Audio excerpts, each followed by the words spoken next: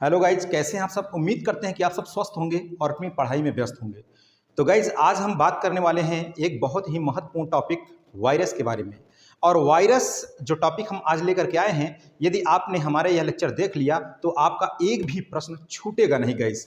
और आज हम एक ही लेक्चर में पूरा निचोड़ करने वाले हैं और फिलहाल इसका जो मैटर है वो कैसे आपको मिलने वाला है, सारी बातें आज हम अपने इस लेक्चर में करने वाले हैं। तो चलिए पहले हमारे इस लेक्चर को आप देख लीजिए। और ये आज का यह लेक्चर हमारा TGT, PGT, NEET, GIC lecturer किसी भी एग्जाम के दृष्टिकोण से बहुत ही ज़्यादा महत्वपूर्ण है। और किसी भी परीक्षा में आप बैठते हैं तो जरूर से जरूर इनमें से ही प्रश्न उसमें सम्मिलित होगा। तो चलिए शुरू करते हैं आज के अपने इस लेक्चर को गाइस। तो देख लीजिए, हमारा एक ही लेक्चर में है बायोलॉजी स्पेशल। अब कुछ ऐसी क्लासेस होने वाली हैं। देख लीजिए, वायरस यह हमारा टॉपिक है और आज ये जो हम आपको बताने वाले हैं पूरा कलेक्ट करके, पूरा एक निचोड़ लेकर के आपके साथ आज हम आए हुए हैं। तो चलिए देखिए इस प्रकार का रिस्पांस आपके साथ क्या होता है, क्या बेहतरीन होता है। पहले हमारे इस लेक्चर को देखिए, फिर आप कमेंट करके जरूर बताना आप। तो चलिए देखते हैं वायरस के इस टॉपिक को। सबसे पहले आज जो हम बात करने वाले हैं गाइस, ये बात करने वाले हैं वायरस। ठीक है, देख लीजिए आप, वायरस की बात करने वाले हैं। तो इस वायरस में ये लैटिन वर्ड है वायरस।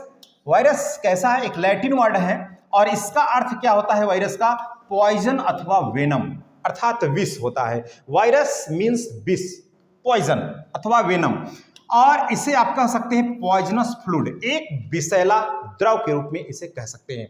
और इसकी खास बात क्या है कि वायरस का जो अध्ययन है, वायरस की स्टडी क्या कहलाती है, वायरोलॉजी कही जाती है। ये सामान्य सी बात है, सभी लोग जानते हैं इतना। ठीक है, और इसके विषाणु के अध्ययन को वायरोलॉजी कहते हैं। और इसकी खोज किसने किया, खोज की श्रेय जाता है, इस वायरस की खोज का श्रेय जाता है इवानोव्स्की को। वो इवानोव्स्की को जाता है और यह क्वेश्चन पीजीटी 2013 में यह बन चुका है और इसका राइट आंसर इवानोव्स्की को लिया गया है। तो वायरस की खोज किसने की, इवानोव्स्की ने। ये 2013 पीजीटी का क्वेश्चन है। मैंने कहा कि इसका जो राइट आंसर है इवानोव्स्की। और टर्म वायरस किसने दिया, तो टर्म वायरस लुई पास्चर ने दिया अकॉर्डिंग टू एनसीईआरटी। एनसीईआरटी के अनुसार देख लीजिए, पूरा मैंने ऑथेंटिक सब कुछ इसमें शामिल किया हुआ है गाइस। आज के हमारे इस लेक्चर को आप पूरा एक बार देखिए जरूर। ठीक है, फिर आप कहेंगे कि इससे एक भी प्रश्न आपका छूटने वाला नहीं है। तो टर्म वायरस लुई पास्चर ने दिया। इसकी खोज का श्रेय किसको जाता है, इवानोव्स्की को। इसके अध्ययन को क्या कहते हैं, वायरोलॉजी। इसका मतलब क्या होता है, पॉइजनस फ्लूइड होता है गाइस। अब यहाँ एक और खास बात जो क्वेश्चन बनता है, इसे एक्सेप्शन ऑफ सेल थ्योरी कहा जाता है, यानी कोशिका सिद्धांत का अपवाद कहा जाता है, एक्सेप्शन ऑफ सेल थ्योरी कहा जाता है। क्यों, बिकॉज ये एसेलुलर अथवा नॉन सेलुलर होता है, इसकी कोई कोशिकीय संरचना नहीं होती है। जैसे आप जानते हैं यूकैरियोटिक, प्रोकैरियोटिक सेल, तो एक सेल एक स्ट्रक्चर आ जाता है, तो इसकी जो वायरस है, वायरस की कोई कोशिकीय संरचना नहीं होती है। इस कारण इसे एक्सेप्शन ऑफ सेल थ्योरी कहा जाता है, कोशिका सिद्धांत का अपवाद कहा जाता है। Very most important point. अगली खास बात ये सभी लोग जानते हैं कि इसे connecting link between living and non living, इससे जीवित और अजीवित के बीच की कड़ी कहा जाता है गाइज। आप जानते हैं कनेक्टिंग लिंक कहा जाता है। क्या कहा जाता है, इसे कनेक्टिंग लिंक कहा जाता है, connecting link between living and non living. दूसरा पॉइंट है वो क्या है, बीजेरिक। ये साइंटिस्ट आप यहां देख लीजिए, बीजेरिक। इन्होंने एक टर्म दिया जो बहुत ही इस समय प्रचलित है, कंटाजियम वाइवम फ्लूइडम। टर्म है कंटाजियम वाइवम फ्लूइडम, ये टर्म है। शायद आपको ये धुंधला कारण न दिखाई दे तो हम इसको हटा देते हैं। कंटाजियम vivum fluidum very most important, यह क्वेश्चन भी आया है और आने की संभावना है। लिविंग इन्फेक्शस फ्लूइड होने के कारण, अर्थात ये जो इन्फेक्शन फैलाने वाला जो द्रव है जीवों में, इस कारण से इसे बेजेरिक ने कंटाजियम वाइवम फ्लूइडम टर्म दिया। और कैसे दिया, इसकी भी एक अपनी कहानी है। अब कहानी के बारे में अगर हम जाएंगे तो गाइस बहुत ही लंबा लेक्चर होने वाला है, तो लंबा न करके आप इतना समझिए कि बेजेरिक ने एक टर्म दिया कंटाजियम वाइवम फ्लूइडम। अगर इसको समझना चाहे तो आप समझिए, तंबाकू की पत्ती एक जो रोगी थी उसको लेकर निचोड़ करके उसका रस जब निकाला इन्होंने, निकाल करके फिर उसके रस को जब दूसरे पत्ती के साथ रगड़ दिया तो वह भी रोगी हो गया, जिस कारण से इसे क्या कहा, कंटाजियम वाइवम फ्लूइडम कहा। ठीक है, क्योंकि दूसरे जीवों को क्या करता है, इन्फेक्शस करता है। अब अगली बात यह है कि एमडब्ल्यू बीजेरिक को क्या कहा जाता है? Father of virology. इन्हीं को फादर ऑफ वायरोलॉजी भी कहा जाता है अकॉर्डिंग टू इंटरनेट। और देख लीजिए ये कहाँ से आप कलेक्ट करेंगे इसको, इसका जो आंसर आया वैसे कि हालांकि कहीं बुकों में देखने को नहीं मिलता, लेकिन इसका कलेक्शन जो हुआ है विजेनिंग को ही फादर ऑफ वायरोलॉजी कहा जाता है। यह भी आप देख लीजिए, ये भी एक इंपॉर्टेंट पॉइंट्स है। और अगली खास बात क्या है कि वायरोलॉजी किसे कहते हैं? वैसे आपके जो सिलेबस है, सिलेबस में सबसे पहले दिया ही है सिलेबस के अकॉर्डिंग की वायरोलॉजी सबसे पहले विषाणु विज्ञान की परिभाषा आप बताइए, डिफिनीशन उसका सबसे पहले ही दिया है सिलेबस में, ठीक है। Virology is the branch of microbiology, एक सूक्ष्म जीव विज्ञान की एक ऐसी शाखा है दैट डील्स, जिसके अंतर्गत दैट डील्स विथ वायरसेस, जिसके अंतर्गत विषाणुओं का एंड दियर लाइफ साइकिल, और इनके जीवन चक्र का एंड स्ट्रक्चर एंड इवोल्यूशन, और इनके विकास का अध्ययन किया जाता है। यानी वायरस के जीवन चक्र, संरचना और इनके विकास का अध्ययन किया जाता है, उसे क्या कहते हैं? वायरोलॉजी कहते हैं। तो ये हो गई वायरोलॉजी की डिफिनीशन, बहुत ही ज्यादा इंपॉर्टेंट। तो ये सभी जितने भी पॉइंट्स हैं गाइज बहुत ही ज्यादा इंपॉर्टेंट हैं। आगे चलते हैं, आगे कुछ इसकी और भी खास बातें, बहुत सारी बातें हैं जो हम इसे संक्षिप्त में लेकर के आज आपके साथ उपस्थित हैं। गाइस देखिए, अगली बात यह है कि इसे ऑब्लिगेट पैरासाइट या कह दीजिए ऑब्लिगेट इंट्रासेलुलर पैरासाइट कहते हैं। ऑब्लिगेट इंट्रासेलुलर पैरासाइट कहते हैं क्यों? क्योंकि ये totally depend on it's host, अपनी पोषद के ऊपर यह टोटली डिपेंड होता है। क्यों? क्योंकि पोषद के अंदर ही यह सब कुछ अपना करता है, ठीक है। जब पोषद के अंदर होता है, ये प्रवेश कर जाता है, तो वहीं इसका सब कुछ होता है, जनन भी होता है, यानी मल्टीप्लिकेशन होता है, मल्टीप्लिकेशन द्विगुणन होता है। तो सारी प्रक्रिया इसके अंदर होता है, अपनी होस्ट के ऊपर ही पूरा डिपेंड होता है। इस कारण से कहते हैं ऑब्लिगेट इंट्रासेलुलर पैरासाइट कहते हैं। तो बहुत ज्यादा इंपॉर्टेंट ये भी पॉइंट है। अगली बात यह है कि TMV, tobacco mosaic virus. Tobacco mosaic virus सबसे पहला खोजा गया प्लांट वायरस है। तो टोबैको मोज़ेक वायरस की खोज किसने किया? Discovered by Ivanovsky. किसने खोजा इसे? इवानोव्स्की ने खोजा था 1892 में, ठीक है। 1892 में टीएमवी की खोज किसने किया? इवानोव्स्की ने किया। गाइस इनको आप जरूर ध्यान रखिएगा, इवानोव्स्की, ठीक है, इवानोव्स्की ने खोजा इसको। अब अगली जो बात है, अगली बात यहां पर देखिए, डब्ल्यूएम स्टैनले क्रिस्टलाइज्ड टीएमवी, इन्होंने टीएमवी को क्या किया? क्रिस्टल के रूप में अलग किया था स्टैनले ने। डब्ल्यूएम स्टैनले ने इसे क्रिस्टल के रूप में, यानी टोबैको मोज़ेक वायरस को क्रिस्टल के रूप में क्या किया? अलग किया था, ठीक है। यह भी क्वेश्चन बहुत ज्यादा बार बनता है गाइस, ये स्टैनले पर, तो हाईलाइटेड इसको भी कर देते हैं, डब्ल्यूएम स्टैनले को बहुत ज्यादा बनता है। अगला क्वेश्चन देख लीजिए, अगला पॉइंट जो ट्वार्ट एंड डी हैरेल डिस्कवर्ड बैक्टीरियोफेज। ट्वार्ट और डी हैरेल ने बैक्टीरियोफेज की खोज किया था, बहुत ही ज्यादा बार यह भी क्वेश्चन आया है बैक्टीरियोफेज। ट्वार्ट और डी हैरेल ने इसकी खोज किया था, यह भी क्वेश्चन आ चुका है।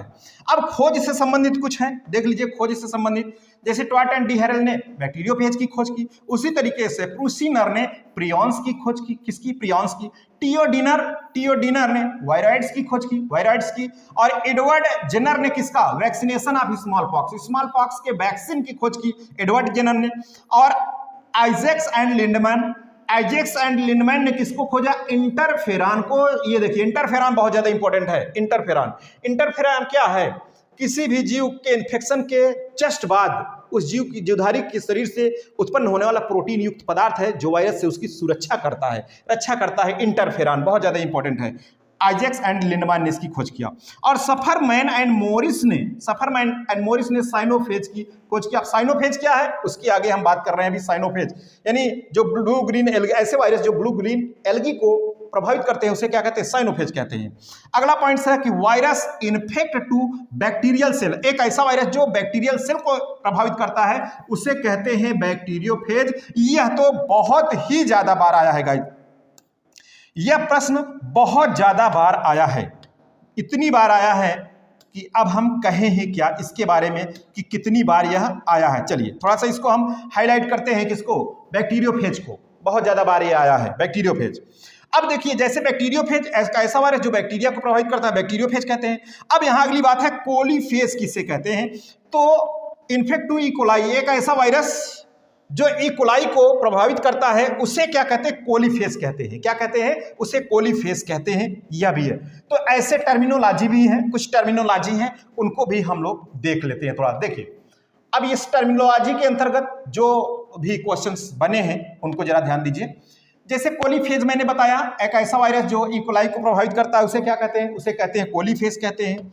और पैरासाइट इन एक्टिनोमाइसीज, जो वायरस पैरासाइट होते हैं किस पर? एक्टिनोमाइसीज पर, उसे कहते हैं एक्टिनोफेज कहते हैं। ये टर्मिनोलॉजी है, यहां से क्वेश्चन बहुत डीप जाएगा तो यहीं तक जाएगा इसकी औकात। तो गाइज मैं पूरी इसकी फुल औकात तक जो पॉइंट्स शामिल किया हुआ तो यहां तक शामिल कर दिया। अब पैरासाइट इन ईस्ट सेल, ऐसे वायरस जो ईस्ट सेल पर पैरासाइट होते हैं उसे जाइमोफेज कहते हैं गाइस। क्या कहते हैं? जाइमोफेज। और ऐसे वायरस जो पैरासाइट होते हैं कहां? ब्लू ग्रीन एल्गी पर, वही अभी मैंने बात किया, जो किसको इन्फेक्ट करते हैं? ब्लू ग्रीन एल्गी को, इसे क्या कहते हैं? साइनोफेज कहते हैं। और ऐसे वायरस जो किस पर पैरासाइट होते हैं, इन्फेक्ट करते हैं जो बैक्टीरिया को, उसे कहते हैं माइकोफेज कहते हैं। क्या कहते हैं? माइकोफेज। तो यही सवाल को आ जाएगा तो फाइकोफेज हो जाएगा। अब यहां पर कुछ पॉइंट्स और भी हैं जो इंपॉर्टेंट हैं, जैसे यहां पर स्मॉलेस्ट, गाइस कौन सा पॉइंट है? स्मॉलेस्ट प्लांट वायरस कौन है? तो स्मॉलेस्ट प्लांट वायरस है सैटेलाइट टोबैको मैक्रोसिस। ठीक है, यहां देखिए स्मॉलेस्ट प्लांट वायरस कौन है? Satellite tobacco necrosis. यह क्वेश्चन देख लीजिए, हो सकता है कि क्वेश्चन आने वाले समय में बन जाए। अगर स्मॉलेस्ट हमने प्लांट वायरस की बात किया तो स्मॉलेस्ट एनिमल वायरस की बात करते हैं। अब स्मॉलेस्ट एनिमल वायरस कौन है?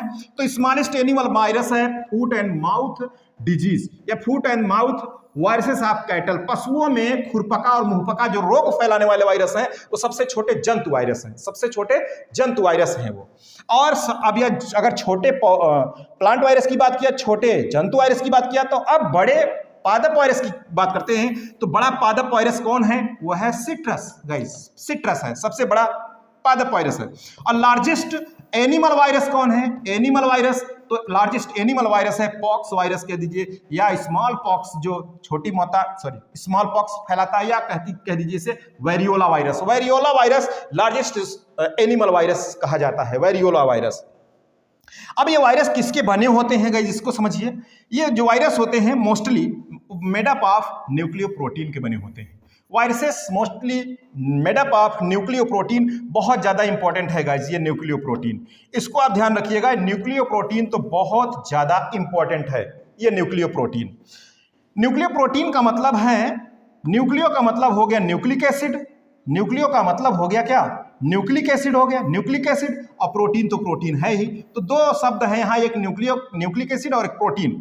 न्यूक्लिक एसिड के रूप में, न्यूक्लिक अम्ल के रूप में या तो वायरस में डीएनए होता है या तो आरएनए होता है, दोनों साथ साथ नहीं होंगे, या तो डीएनए या तो आरएनए। और प्रोटीन किसके रूप में होता है? कैप्सिड के रूप में होता है, कैप्सिड। ठीक है, कैप्सिड खोल। और ये कैप्सिड की इकाई को कहते हैं, इसकी यूनिट कहलाती है कैप्सोमीयर। क्या कहलाती है गाइस? कैप्सोमीयर कहलाती है इसकी इकाई। ठीक है, आगे चलते हैं। इतना उम्मीद करते हैं कि इतना आपकी समझ में आ गया होगा गाइस। ये बहुत ही इंपॉर्टेंट पॉइंट्स, ऐसे हम पॉइंट्स को लेकर के आपके साथ आज उपस्थित हैं। तो देख लीजिए इस प्रकार का लेक्चर, और ये जो पीडीएफ, कई लोग, बहुत सारे लोग पीडीएफ मांगते हैं, तो उसकी अभी मैं कुछ उपचार अभी बताने वाला हूं कि कैसे ये पीडीएफ आपको प्राप्त होगी। अगली बात देखिए जरा, खास बात क्या है अगली। अब ये तो सामान्य सी बात है भाई, डिफिनीशन तो पूछेगा नहीं, लेकिन इसको भी जानते रहिए, क्योंकि ऐसा भी क्वेश्चन में दे देगा एक एक पॉइंट्स जो आपको संदेह के घेरे में डाल देगा। ठीक है, living character of virus, virus के जीवित होने का जो लक्षण है वो क्या है? तो 3 1 4 यहाँ कैरेक्टर जो है जीवित होने के मैं यहाँ नोट किया हूं जो बहुत ही इंपॉर्टेंट है, और 3 जो है नॉन लिविंग कैरेक्टर हैं, इसको भी थोड़ा सा देख लीजिए। दे पॉसेस डीएनए और आरएनए, इनमें क्या होता है? डीएनए अथवा आरएनए जो उपस्थित होता है, यह किसके जीवित होने का प्रमाण है वायरस, क्योंकि इसमें न्यूक्लिक अम्ल के रूप में या तो डीएनए होगा या तो आरएनए, यह इसके जीवित होने का प्रमाण है। पहला point. They have ability of reproduction, इनमें जनन की क्षमता होती है, यानी जनन के ये योग्य होता है। ठीक है, क्योंकि भले ही ट्रू सेक्सुअल रिप्रोडक्शन नहीं होता है, लेकिन इसमें ट्रांसडक्शन, ट्रांसफॉर्मेशन और कंजुगेशन की जो प्रक्रियाएं होती हैं, इसके जीवित होने का प्रमाण है। ठीक है, अगली बात, दे कैन कॉज इन्फेक्शन, यानी संक्रमण का मुख्य कारण होता है, इसके कारण ये संक्रमण फैलाता है, और यह जो संक्रमण फैला रहा है इसका मतलब है वो क्या है? लिविंग है, वो जीवित है। अगली बात, दे कैन अंडरगो म्यूटेशन सेवेंटिक रिकॉम्बिनेशन, ये देखिए सेवेंटिक रिकॉम्बिनेशन और म्यूटेशन, उत्परिवर्तन भी ये साथ साथ में दिखाता है, प्रदर्शित करता है। तो ये इसके लिविंग होने यानी जीवित होने का प्रमाण है। अब यहाँ नॉन लिविंग जो इसका कैरेक्टर है इसको भी देख लीजिए। नॉन लिविंग कैरेक्टर में दे आर सब सेलुलर, ये बताया कि सब सेलुलर या नॉन सेलुलर होता है, इसकी कोई कोशिकीय संरचना नहीं होती जिस कारण ये अजीवित होने का प्रमाण है। दूसरा, दे डू नॉट रिस्पायर और एक्सक्रीट, ये इसमें श्वसन और उत्सर्जन की क्रिया नहीं होती है, तो यह भी एक नॉन लिविंग का कैरेक्टर है। ठीक है, इसमें श्वसन नहीं होता और उत्सर्जन नहीं होता। अगली बात, दे कैन बी क्रिस्टलाइज, इसे क्रिस्टल के रूप में क्या किया जाता है, अलग कर दिया जाता है, जो इसके नॉन लिविंग होने का प्रमाण है, कैरेक्टर ये शो करता है। थोड़ा सा क्लासिफिकेशन ऑफ वायरस की हम बात कर लें। क्लासिफिकेशन ऑफ वायरस, अब देख लीजिए क्लासिफिकेशन ऑफ वायरस की बात करें तो यहां ध्यान दीजिए, क्लासिफिकेशन ऑफ वायरस में इसके क्लासिफिकेशन वायरस का एफ होल्म्स ने इसका डिफाइन किया। इनके अकॉर्डिंग क्या है, एफ होल्म्स के अनुसार जो वायरसेस हैं इनको 3 ग्रुप में डिवाइड कर दिया। 3 ग्रुप में कौन कौन से हैं भाई, 3 ग्रुप हैं। एक तो है फाइटोफैजनी, देखो फाइटो का मतलब होता है प्लांट, फाइटो का मतलब क्या होता है, प्लांट। एक ऐसा वायरस जो इन्फेक्ट करता है प्लांट्स को, उसको रख दिया टोटल किसमें, फाइटोफैजनी में। और ऐसा वायरस जो एनिमल को इन्फेक्ट करता है उसे जू मतलब एनिमल, जो एनिमल को इन्फेक्ट करता है उसे जूफैजनी के अंतर्गत रखा। और एक ऐसे वायरस जो बैक्टीरिया को प्रभावित करते हैं उसे फैजनी में रखा। किसमें, फैजनी। तो फैजनी जो बैक्टीरिया, ऐसे वायरस जो बैक्टीरिया को संक्रमित करते हैं उसे फैजनी में रखा, और ऐसे वायरस जो जंतुओं को प्रभावित करते हैं उसे जूफैजनी में रख दिया, और ऐसे वायरस जो प्लांट्स को प्रभावित करते हैं उसे फाइटोफैजनी में रख दिया।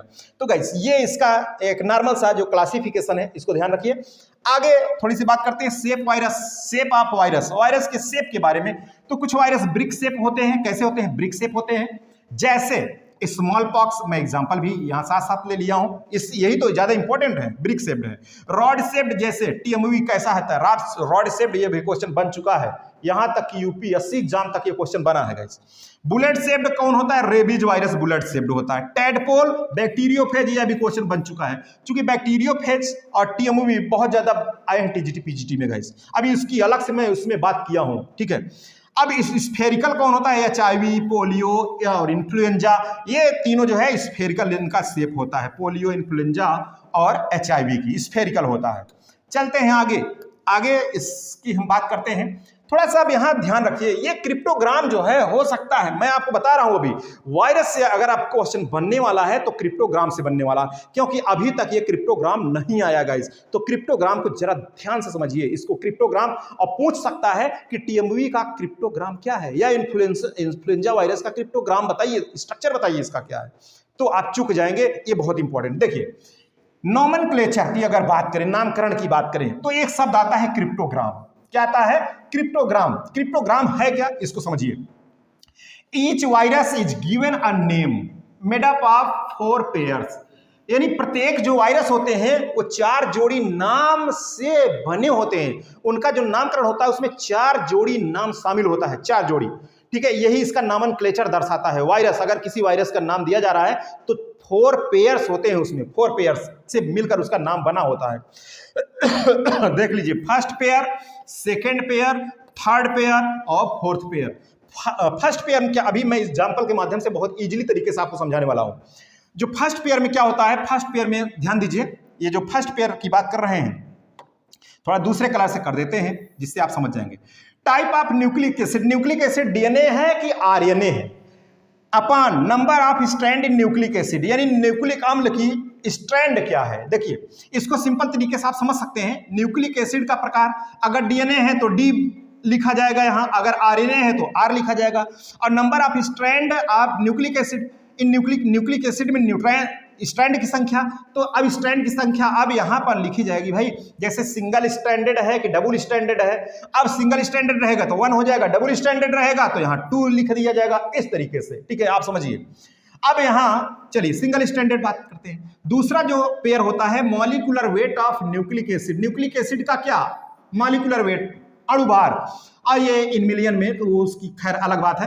अब अपान molecular weight of nucleic acid अपान percentage of nucleic acid, nucleic acid का कितना परसेंट है। जैसे मॉलिक्यूलर वेट ऑफ इसका मान लीजिए मॉलिक्यूलर वेट 2 है, अपान या मान लीजिए यहाँ 5 है, अपान percent of nucleic acid, nucleic acid अगर 5% है तो 5 लिख देंगे, 10% है तो 10 लिख देंगे, ऐसा। तीसरा पेयर क्या दिखाता है, तीसरा pear shape of virus, virus का शेप कैसा है, एलिप्टिकल है भैया, ठीक है, एलिप्टिकल है कि और दूसरे स्फेरिकल है। स्फेरिकल रहेगा तो यहाँ यस लिख देंगे, इलिप्टिकल है तो ई लिख देंगे। शेप ऑफ कैप्सिड, और कैप्सिड का शेप कैसा है, अगर इलिप्टिकल है तो ई लिख देंगे, और दूसरे है स्फेरिकल तो यस लिख देंगे। अब टाइप ऑफ, चौथा पेयर क्या दिखाता है, टाइप ऑफ होस्ट इन्फेक्टेड, यानी जो संक्रमित करने वाला है वो किसको संक्रमित, वर्टिब्रेट को अगर संक्रमित कर रहा है तो यहाँ भाई साहब वी लिख देंगे, पी को प्लांट को कर रहा है तो पी लिख देंगे, एनिमल अगर संक्रमित हो रहा है उससे तो ए लिख देंगे, यहाँ क्या लिख देंगे, ए लिख देंगे। अभी एग्जाम्पल के माध्यम से मैं दिखा रहा हूं आपको। Carrier used in transmission of virus, अब वायरस किसके द्वारा संचरित हो रहा है, अगर एयर के द्वारा हो रहा है तो भैया ए लिख देंगे, यहाँ एयर के द्वारा हो रहा है, और वाटर के द्वारा हो रहा है तो डब्ल्यू लिख देंगे, ऐसा लिखेंगे यहाँ पर। और थोड़ा सा ये फुल फॉर्म में देख लीजिए यहाँ पर, आईसीटीवी, आईसीटीवी इसको ध्यान रखिएगा, आईसीटीवी ये इसको भी ध्यान रखिएगा, ये पूछ सकता है भाई जो भी आने वाला है। आई का मतलब इंटरनेशनल, सी का मतलब committee, international committee of taxonomy of virus, इस नॉमेनक्लेचर के लिए ये दिया गया है term, international committee of taxonomy of virus, ये देख लीजिए, international committee on taxonomy of virus, ये इसका जो है पूरा नाम है, तो इसको आप ध्यान रखिएगा। आगे थोड़ा सा एग्जाम्पल यहाँ समझिए, तब आप समझ पाएंगे। यहाँ एक मैं एग्जाम्पल लेकर के आपको समझाने का प्रयास करता हूँ। जैसे क्रिप्टोग्राम आप टीएमवी का पूछेगा तो ये है क्रिप्टोग्राम, किसका, टीएमवी का क्रिप्टोग्राम है। यहाँ पर R/1 2/5:E/E/S/A। अब यहाँ थोड़ा इसको आप समझिए तो अच्छे तरीके से समझ जाएंगे। जैसे इन्फ्लुएंजा वायरस है, very very most important, very very most important, इसको आप ध्यान रखिएगा, इसको ध्यान रखिएगा। अब यहाँ इन्फ्लुएंजा वायरस को समझिए, इन्फ्लुएंजा वायरस R/1 है, यहाँ इसका भी R/1 है, यहाँ 2 से 3 हो सकता है, यहाँ 2 है, केवल 2, और यहाँ ये परसेंटेज कितना है, 10%, यहाँ 5%, और यस स्फेरिकल है, और अपान ई इलिप्टिकल है, और वी वायरस वर्टिब्रेट के द्वारा संचरित होता है, और किसके माध्यम से, एयर के द्वारा, हवा के द्वारा। तो यहाँ देखिए आर का मतलब न्यूक्लिक एसिड क्या होता है, आरएनए है, न्यूक्लिक एसिड क्या है, आरएनए है। यहाँ आर का मतलब है, अगर डी होता डीएनए तो अब यहाँ पर यहाँ डी लिखा होता, और एक न्यूक्लिक एसिड सिंगल स्ट्रैंडेड, तो देख लीजिए यहाँ 1 लिख दिया, अगर डबल स्ट्रैंडेड होता 2 हो जाता। अब 2 से 3 तक क्या है, molecular weight of nucleic acid देख लीजिए, 2 अथवा 3,100 देख लीजिए। अब यहाँ पर इतना है, अपान 10 क्या है, 10 क्या है, अमाउंट ऑफ न्यूक्लिक एसिड 10% है। यस का मतलब क्या है, वायरसेस स्फेरिकल है, स्फेरिकल है, और ई का मतलब न्यूक्लियो प्रोटीन इलोंगेटेड है यहाँ, और वी का मतलब है होस्ट वर्टिब्रेट है, यहाँ वर्टिब्रेट, वी का मतलब वर्टिब्रेट, और एक मतलब transmission of virus by air, air के द्वारा ये ट्रांसमिशन इसका हो रहा है। तो अब यहाँ पर देख लीजिए, इसका डिटेल है ये, तो दोनों ये सूत्र बहुत ज्यादा इंपॉर्टेंट है, इनको आपको ध्यान रखना है गाइस, इनको आपको जरूर से जरूर ध्यान रखना है। आगे थोड़ा देखिए, मैं आपको बताने का प्रयास करता हूँ। फिलहाल ये देखिए, ये चार्ट है, अगर बहुत डीप जाता है तो यहाँ तक पूछ लेता है, इसका आप ले लीजिए स्क्रीनशॉट और इसको नोट कर लीजिए फटाफट के अंदाज में। वायरस है, यहाँ न्यूक्लिक एसिड है, न्यूक्लियोटाइड पेयर है, मॉलिक्यूलर वेट डाल्टन में, मॉलिक्यूलर वेट किसमें, डाल्टन में। तो थोड़ा आप ध्यान रखिएगा, जैसे पॉलीमा है, पॉलीमा वायरस है, न्यूक्लिक एसिड का डबल स्टैंडर्ड डीएनए होता है, पॉलीमा का डबल स्टैंडर्ड डीएनए है, और एडिनो वायरस है, इसका डबल स्टैंडर्ड डीएनए है। पॉलीफेज T4 इसका भी वही है, double standard DNA. Polyphase T2 इसका भी है। टीएमवी अब यहाँ सिंगल स्टैंडर्ड है, कैसा है टीएमवी, अब यहाँ देखिए सिंगल स्टैंडर्ड है, यहाँ से ये single standard TMV single standard RNA होता है इसमें। TNV tobacco necrosis virus, N का मतलब नेक्रोसिस वायरस, इसमें भी सिंगल स्टैंडर्ड आरएनए। और बीएमवी बीन मोजैक वायरस, इसमें भी सिंगल स्ट्रैंडेड आरएनए है, सिंगल स्ट्रैंडेड आरएनए है। और पोलियो वायरस, इसमें भी सिंगल स्ट्रैंडेड आरएनए है गाइस, सिंगल स्ट्रैंडेड आरएनए है। तो अब यहां तक तो ऊपर डबल स्ट्रैंडेड डीएनए थे इन सभी में, यही आपको ध्यान रखना है। और इसमें फिलहाल कभी कभी बहुत डीप यहां तक पूछ लेता है गाइस, लेकिन इतना अभी इसकी पूछने की अभी बहुत ज़्यादा डीप में नहीं इतना गया है। हाँ, सबसे ज़्यादा महत्वपूर्ण तो अब है, ये देखिए सबसे ज़्यादा इंपॉर्टेंट यहाँ पर पॉइंट्स देख लीजिए। जैसे सिंगल स्ट्रैंडेड डीएनए वायरसेस कौन है, बहुत ज़्यादा यही है एक्सेप्शन, और ये भी है एक्सेप्शन, बहुत ज़्यादा ये पूछा जाता है गाइस, इसको बहुत ज़्यादा आपको, ये बहुत ही इंपॉर्टेंट है, ट्रिपल स्टार बनाइए, इनको ध्यान रखिए। जैसे बैक्टीरियोफेज 5x174 इकोलीफेज, ये सिंगल स्ट्रैंडेड डीएनए वायरस है, ये सिंगल स्ट्रैंडेड डीएनए वायरस है, ये बहुत ज्यादा बार पूछा भी गया है, आने की संभावना है। बैक्टीरियोफेज M13 है, अभी ये नहीं आया तो भैया आ जाएगा। और पार्वो वायरस है, ये भी है सिंगल स्ट्रैंडेड डीएनए वायरस है, 3 है। और डबल स्ट्रैंडेड जैसे देखो बात समझिए, डीएनए सदैव डबल स्टैंडर्ड होता है, लेकिन डीएनए सिंगल स्टैंडर्ड किन में होता है? तो इन तीनों वायरस में डीएनए सिंगल स्टैंडर्ड होता है। और आरएनए सदैव सिंगल स्टैंडर्ड होता है, लेकिन डबल स्टैंडर्ड किस में होता है? इन तीनों में होता है। भाई रिवो वायरस में आरएनए डबल स्टैंडर्ड है, और राइस ड्वार्फ वायरस में है, और वाउंड ट्यूमर वायरस में है। और एक बात और, टीजीटी 2021 में भी जो हाल ही एग्जाम हुआ है, टीजीटी 2021 में भाई रिवो वायरस न देकर के थोड़ा सा घुमाया, कैसे पूछ लिया था कि भैया रोटा वायरस में किस प्रकार का जो है आरएनए है, या डबल स्टैंडर्ड है कि सिंगल स्टैंडर्ड है, कैसा है? तो rota virus member of Revo virus, ये रिवो वायरस का ही सदस्य है रोटा वायरस, इसमें भी डबल स्टैंडर्ड आरएनए होता है, डबल स्टैंडर्ड आरएनए होता है, ये भी पूछा गया है। अब थोड़ा सा और कुछ कॉमन है, उनको भी आप देख लीजिए। भाई इतनी डीप से इसके सारे मैंने क्वेश्चन बनाया हुआ। अब देख लीजिए और भी क्या है इसमें गाइज, और बहुत ज्यादा महत्वपूर्ण, जैसे वायरस। अब यहां थोड़ा सा आपको ध्यान देना है, यहां पर वायरस, वायरॉइड्स और prions, PRP, prions, viroids, virus और प्रियॉन्स, ये है क्या भाई? इनसे भी क्वेश्चन बहुत ही ज्यादा बार बना है, तो इसकी हम चर्चा अपने नेक्स्ट हम लेक्चर में करेंगे गाइस, ताकि ये बहुत ज़्यादा लंबा वीडियो ना हो जाए। और एक बात और आज आपको बताना चाहते हैं कि यदि यह पीडीएफ अगर आप प्राप्त करना चाहते हैं तो आप हमारे व्हाट्सएप नंबर से जुड़िए, और व्हाट्सएप नंबर पे आप लिखेंगे तो इसकी कुछ मैंने रख दिया भाई, निःशुल्क तो छोड़ दिया है। आज से मैंने भी सोच लिया कि भाई निःशुल्क करने से कोई मतलब नहीं है, सभी लोग पैसे की तरफ भाग रहे हैं, तो हम बहुत ज़्यादा नहीं, हम ना के बराबर आपसे कुछ भी नहीं लिया है आज तक मैंने, तो आज भी नहीं लेंगे, लेकिन ना के बराबर कुछ नाम तो रहेगा।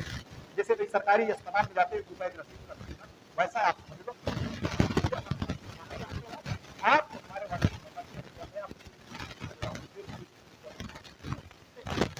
आप देख लीजिए। और टीएमवी से संबंधित जो टोबैको मोज़ेक वायरस है, इससे भी इससे भी बैक्टीरियोफेज से पूरा मैंने देखिए, जो क्वेश्चन आपको नहीं आता है देख लीजिए, अगले लेक्चर में मैं इसकी बात करने वाला हूं, तो मैं पूरा इसका विस्तार से आपको मैं अभी इसका सलूशन कराने वाला हूं। फिलहाल कहां से क्वेश्चन कैसे बनता है सारी जानकारी आपको देंगे, लेकिन हमारा व्हाट्सएप नंबर जो है, अगर आप पीडीएफ की, बहुत सारे लोग हैं जो बार बार पीडीएफ ही मांगते हैं, तो आज उनके लिए मैं नंबर दे रहा हूं, क्योंकि देखिए वैसे तो कुछ नहीं है, आप जैसे मैं लेक्चर बताता हूँ आप पढ़ते चलिए, आप अपने से राइटिंग बना, अपने से हैंड राइटिंग में अपने से नोट्स बनाते हैं, तो इससे बेटर तो कुछ नहीं हो सकता। लेकिन जो लोग, कुछ लोग हैं जो पीडीएफ की चाहत रखते हैं, तो भाई मिलेगी। ये है 9219008522, इस पर कॉल संभव नहीं है। हाँ, आपको सब कुछ आपका सोल्यूशन मिल जाएगा, ठीक है। 9219008522 पर आप पीडीएफ वायरस लिखेंगे, पीडीएफ वायरस, ठीक है, तो मैं आपका मैसेज रिसीव करूंगा, और इसके कुछ चार्जेस हैं, लगभग चार्जेस ना के बराबर, वो चार्ज आप पे करेंगे, और मैं उसमें बता दूंगा व्हाट्सएप नंबर पर, और उसके बाद ये पीडीएफ आपको मिल जाएगी, ठीक है। जितने भी लेक्चर मैं अब बताऊंगा, चाहे वो प्रैक्टिस सेशन हो, चाहे वो लेक्चर हो, अगर आप पीडीएफ पाना चाहते हैं तो ये हमारा ये प्रोसेस है, ठीक है। तो चलिए आप पेड करेंगे, मैं अपने फ़ोन पे या गूगल पे का एक आपको भेजूंगा, ठीक है। स्कैन करेंगे आप, उस पर थोड़ा सा ना के बराबर पैसे लगेंगे, आपको भेजिएगा, आपको ये पीडीएफ मिल जाएगी। तो चलिए आज के लेक्चर में गाइस बस यहीं तक रखते हैं, लेकिन फिलहाल क्या इसका दूसरा भाग भी आपके साथ होना चाहिए, कमेंट बॉक्स में कमेंट करके जरूर बताइएगा। तो आज के लेक्चर में बस यहीं तक रखते हैं। ओके, थैंक यू, जय हिंद।